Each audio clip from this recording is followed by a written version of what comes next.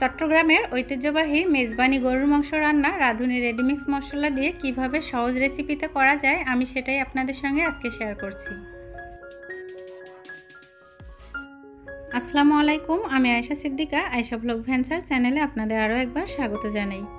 মেজবানি গরুর মাংস রান্নার জন্য আমি রাঁধুনি সরিষার তেল ইউজ করেছি আর ইউজ করেছি রাঁধুনি রেডিমিক্স মেজবানি মশলা।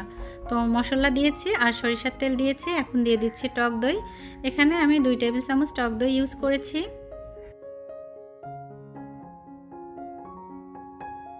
এখন দিয়ে দিচ্ছি পেঁয়াজ কুচি 1 কাপ পরিমাণ, তারপর কিন্তু হাফ কাপেরও কম একটু পেঁয়াজ কুচি অ্যাড করেছি। তারপর আমি এখন ভালো করে সরিষার তেল, মাংস আর পেঁয়াজ কুচি মিক্সড করে নিচ্ছি।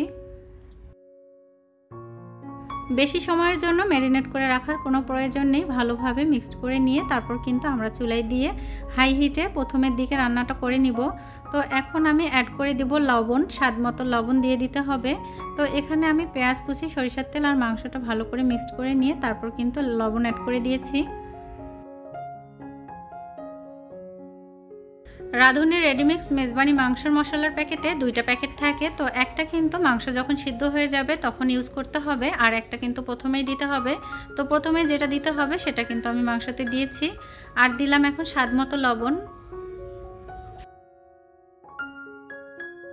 চট্টগ্রামের ঐতিহ্যবাহী মেজবানি গরুর মাংস রান্নার রেসিপি শুনলে অনেকেই হয়তোবা মনে করেন যে রান্নাটা হয়তোবা অনেক বেশি কঠিন, কিভাবে করব, আর করতে মনে হয় অনেক বেশি ঝামেলা। তো আমার কাছে মনে হয়েছে আমি যেহেতু রান্নাটা করেছি রাঁধুনি রেডিমিক্স মশলা দিয়ে, তো স্বাদ কিন্তু একদম পারফেক্ট ছিল আর খুব ঝামেলা কম, অল্প সময়ে কিন্তু সব কিছু করে নিয়েছি। ভালোভাবে মশলা, সরিষার তেল এবং পেঁয়াজ কুচি মিক্সড করে নেওয়া হয়েছে। আপনারা চাইলে যে পাত্রে রান্না করবেন সে পাত্রে কিন্তু মিক্সড করে নিতে পারেন। আমি যেহেতু আলাদা পাত্রে মিক্সড করে নিয়েছি। এখন কিন্তু আমি চুলায় ফ্রাই প্যান দিয়েছি আর মিক্সড করা মাংসগুলো কিন্তু এখন দিয়ে দিচ্ছি। তারপর দিয়ে দিচ্ছি পানি। আমি যে পাত্রে মিক্সড করেছিলাম সেখানে কিন্তু একটু পানি দিয়ে আমি মাংসের মধ্যে পানি দিয়েছি আর এখন ঢেকে দিচ্ছি। এখন কিন্তু চুলার হিটটা একদম হাই হিটে দিয়ে আমাকে কিছু সময়ের জন্য রান্না করতে হবে।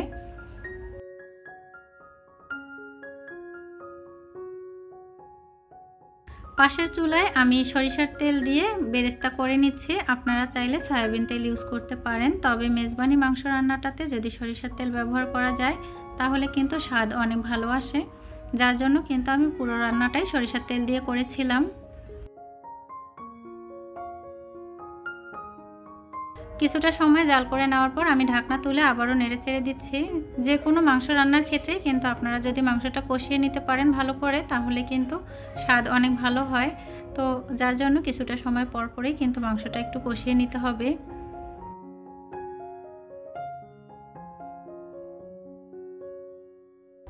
চট্টগ্রামের ঐতিহ্যবাহী মেজবানি গরুর মাংস রান্না যারা যারা খেয়েছেন তারা তো এর স্বাদ সম্পর্কে অবশ্যই জানেন। তবে রাঁধুনি মশলা দিয়ে কে কে খেয়েছেন বলতে পারি না। আমি তো রাঁধুনি মশলা দিয়ে ট্রাই করেছি, আমার কাছে কিন্তু ভালো লেগেছে এবং বাসার সবাই পছন্দ করেছে। আশা করি আপনারা রাঁধুনি মশলা দিয়ে যদি রান্নাটা করেন তাহলে স্বাদ ভালো আসবে এবং ঝামেলাটাও কিন্তু খুব কম মনে হবে।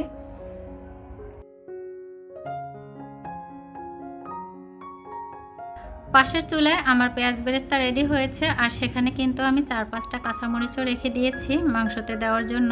তো এখন কিন্তু আমি আবারও মাংসগুলো নেড়েচেড়ে ভালোভাবে সিদ্ধ করে নিচ্ছি।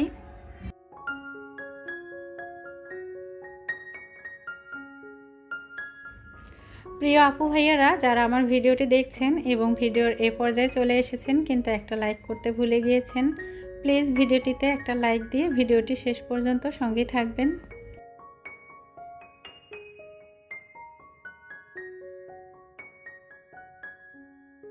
যে সকল প্রিয় আপু ভাইয়ারা আমার ভিডিও কন্টিনিউ দেখেন এবং চ্যানেলটি সাবস্ক্রাইব করে আমার পাশে আছেন, নতুন নতুন ভিডিও আপলোড করছি আর ভিডিওগুলো দেখে সুন্দর সুন্দর কমেন্ট রেখে যাচ্ছেন, তাদের জন্য মন থেকে অনেক অনেক ভালোবাসা এবং দোয়া রইল। যারা আজকে প্রথম আমার ভিডিও দেখছেন চাইলে ভালোবেসে চ্যানেলটি সাবস্ক্রাইব করে পাশে থাকতে পারেন।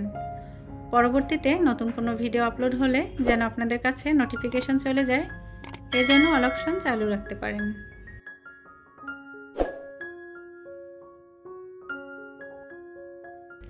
এই পর্যায়ে আমি মাংসের টুকরো নিয়ে চেক করে দেখছি যে আসলে ভালোভাবে সিদ্ধ হয়েছে কিনা। তো চামচ দিয়ে কেটে দেখলাম ভালো করে সিদ্ধ হয়েছে।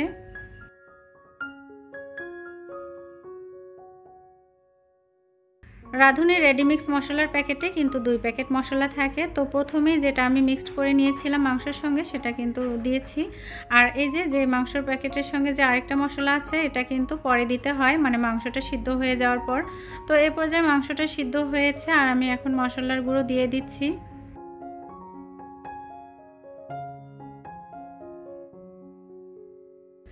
মশলার প্যাকেটে কিন্তু আমি সামান্য পরিমাণ মশলা রেখে দিয়েছি, কারণ পুরোটা আমার দিতে হবে না, যেহেতু এখানে 2 কেজি গরুর মাংস নেই।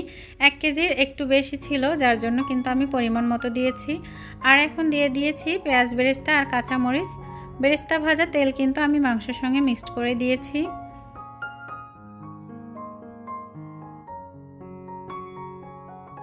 রাঁধুনি রেডিমিক্স মেজবানি গরুর মাংস মশলার প্যাকেট আপনারা যদি নেট ওজন 68 গ্রামের প্যাকেট নিয়ে আসেন সেক্ষেত্রে কিন্তু 2 কেজি মাংসতে ব্যবহার করতে পারবেন।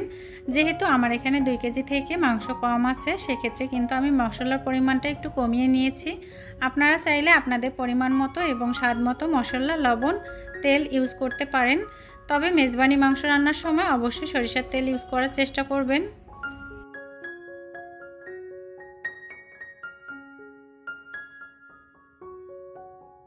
যখন আমি রান্না করতেছি তখন কিন্তু ছিল দুপুরবেলা, আর দুপুরে কিন্তু আকাশটা অনেকটা মেঘ করে এসেছে, আবার অনেক সময় কিন্তু আকাশটা পরিষ্কার হচ্ছিল। যাই হোক, এখন কিন্তু যেহেতু বর্ষাকাল, তো কখনো বৃষ্টি হচ্ছে, কখনো মেঘ করে আসছে, কখনো আবার আকাশটা কিন্তু একদম পরিষ্কার হয়ে আসতেছে। আমার রান্নাঘরের জানালা দিয়ে কিন্তু আলোটা ঠিক সেরকমটাই, যখন কিন্তু একদম মেঘ করে আসছে, অন্ধকার হয়ে আসছে, তখন কিন্তু লাইট দিতে হচ্ছে। যখন আবার আকাশটা পরিষ্কার লাগছে তখন কিন্তু আবার লাইট অফ করে দিয়ে রান্নাটা করেছি। যাই হোক, সব মিলিয়ে আমার রান্না কিন্তু এখন কমপ্লিট। আর 1 পিস আমি মাংসের টুকরা নিয়েছি দেখার জন্য, তো এই পর্যায়ে এসে একটু লবণ চেক করে দেখলাম।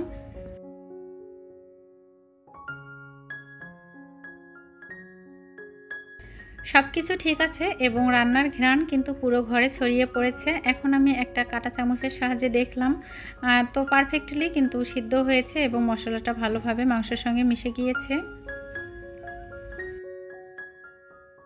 মেজবানি গরুর মাংস রান্নাটা কিন্তু হচ্ছে স্বাভাবিক যে আমরা গরুর মাংস রান্না করি তার থেকে কিন্তু একটু আলাদা। এর স্বাদ, ঘ্রাণ দুটোই কিন্তু আলাদা। তো আপনারা বাসায় ট্রাই করতে পারেন। আশা করি সবাই অনেক বেশি পছন্দ করবে। আমি রান্না করেছি, আমার কাছে কিন্তু অনেক ভালো লেগেছে এবং বাসার সবাই কিন্তু পছন্দ করেছে। তো আমার রান্না কমপ্লিট, আর এখন কিন্তু আমি বাটিতে তুলে নিচ্ছি। আজ এই পর্যন্তই। সবাই ভালো থাকবেন, সুস্থ থাকবেন। আসসালামু আলাইকুম। আল্লাহ হাফেজ।